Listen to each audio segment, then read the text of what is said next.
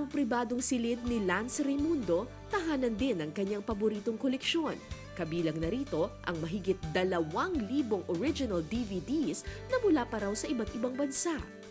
Any country I go to, I have their local films. So I have a bunch of foreign Pero movies ngayon there. naman pwede mo nang i-download Pero all those things. for me, downloading is different from owning the actual Right, DVD. right. Parang I'm still old school in that sense.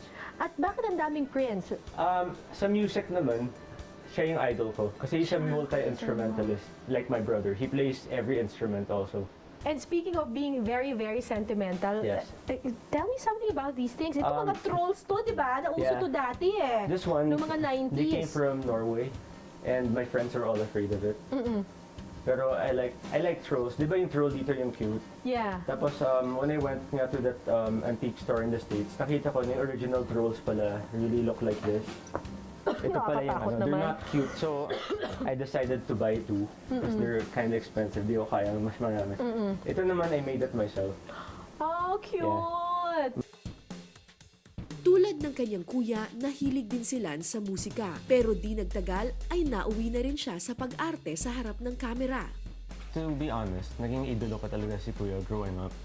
And yung pagkakapasok ko was kind of unique as well because I never told the family. I didn't ask help from my mom na dating artista or kuya ko na si Rani Raimundo. The way dad raised us is like you make your own success na we don't ride on the success of others para mas fulfilling pagtanda namin. So ginawa ko, nagsulat ako ng sariling mga kanta, hinanap ko lang yung address ng Viva, tapos kumatok ako, tapos nagpakilala akong first name lang without saying I'm Raimundo. Sabi ko, ay Boss Vic, model po ako, pero I have a CD, you might want to listen to it. Okay. And then he's like, oh, sige, and he went inside the desk. He's like, I'll listen to it one of these days and just leave your number. And did he ever listen to it? Inosente ako. Di ko alam yung how you go. Like, Yeah. you're supposed to Yeah. look up to the boss, etc. Sabi ko, sir, now na. Now na! Sabi ko, I don't wanna, I'm paranoid kasi sir. Tapos naaliw, sabi ko, ano mo, iho? Ang kulit mo ha? Hindi, sabi niya, interesting pagkatao mo ha. Ito, kontrata. Kung pangat music, magawan kitang artista. Natawa siya, on the spot, may kontrata ako. And then I called Kuya. I was like, Kuya, I have a problem. I'm a Viva artist. I don't know what to do. Doon na pumasok yung guidance ni Kuya.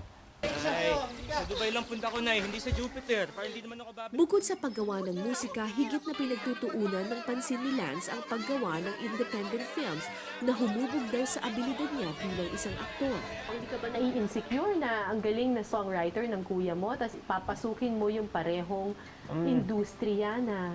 Luckily, it doesn't work that way sa aming magkapatid. Kasi we have our own lives naman. So, kung saan ako umabot, that's my personal story. So, we don't wanna compare it because we're happy for each other. And my life is more of being an actor naman. Usually, pag pumapasok sa showbiz, para may trabaho, para kumita, pero kayo hindi yun ang driving force ninyo. No, it was never that. Yung sa amin talaga, it was the love of the craft. Singing, music, acting. Yeah, Yun and talaga. for us kasi, if you're given that gift, that's very elusive. Not everybody is given that certain gift naman by God, di ba? So parang it's our way of showing our appreciation to share that gift to others by being entertainers.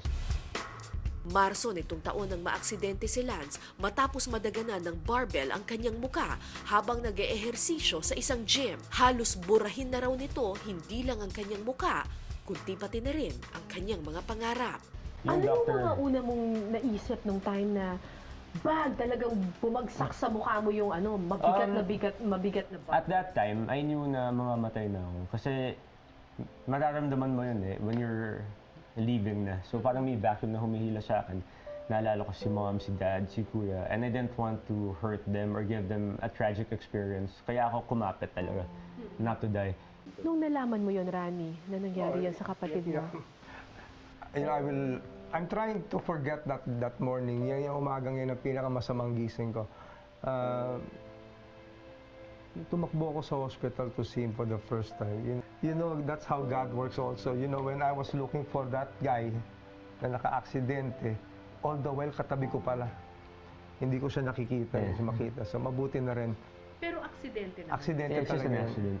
This is why I'm so proud of my brother. Unang-una, with all these interviews at gusto man, he never exposed kung saan nangyari.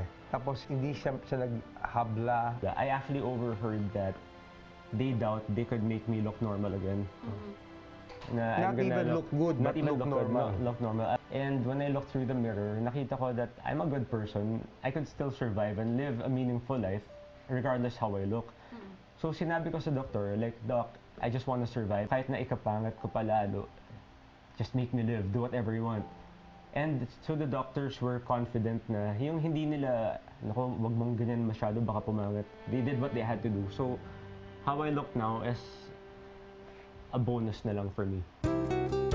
Sa tulong ng kanyang pamilya, muling luminaw ang mga plano ni Lance sa buhay at nagsilbing inspirasyon sa marami.